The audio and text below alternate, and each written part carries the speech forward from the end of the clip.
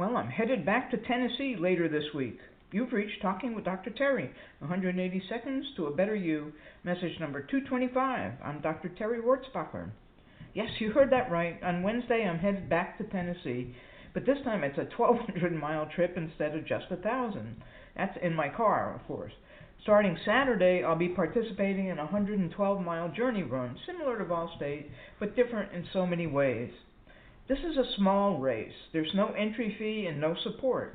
It's on fairly rural roads in Tennessee as well as Vol State is. But it's low-key, and although we're supposed to finish by Tuesday morning, if we don't, that's okay. There's no finish line ceremony, or any ceremony for that matter. We can continue past the official end time, so there's very little pressure. I don't particularly like this race for multiple reasons, but I'm doing it to see what I learned a month ago and to see if what I learned can be applied. There's always a difference in what you learn and then what you can apply. Because I don't like it, it'll be a good test of my discipline and ability to focus, and that's my pure intent.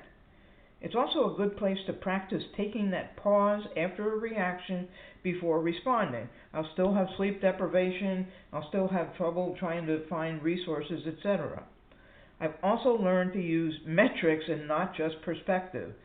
That will help me evaluate my pace and where I am as far as effort is concerned. It would have made a greater difference at Vol State if I had paid attention to metrics, but I didn't have the charging cable for my GPS watch at that point. I did that intentionally, but I shouldn't have done that. So what does all this mean for you?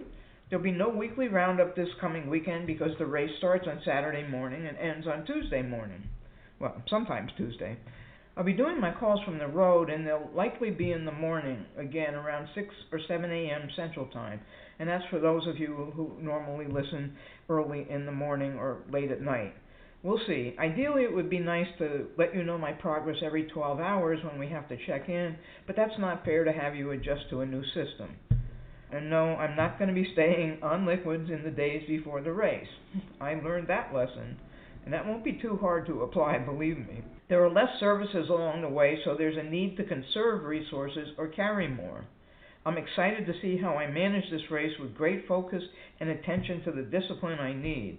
The loneliness of this particular one tends to get me down, and then that tends to lead to discouragement. One of my goals is to recognize that. It's like slipping from the green light territory into the yellow light region that Coach Clifford and Brian Cain talk about. Paying attention and doing something to prevent falling into the red light zone is a key to good performance.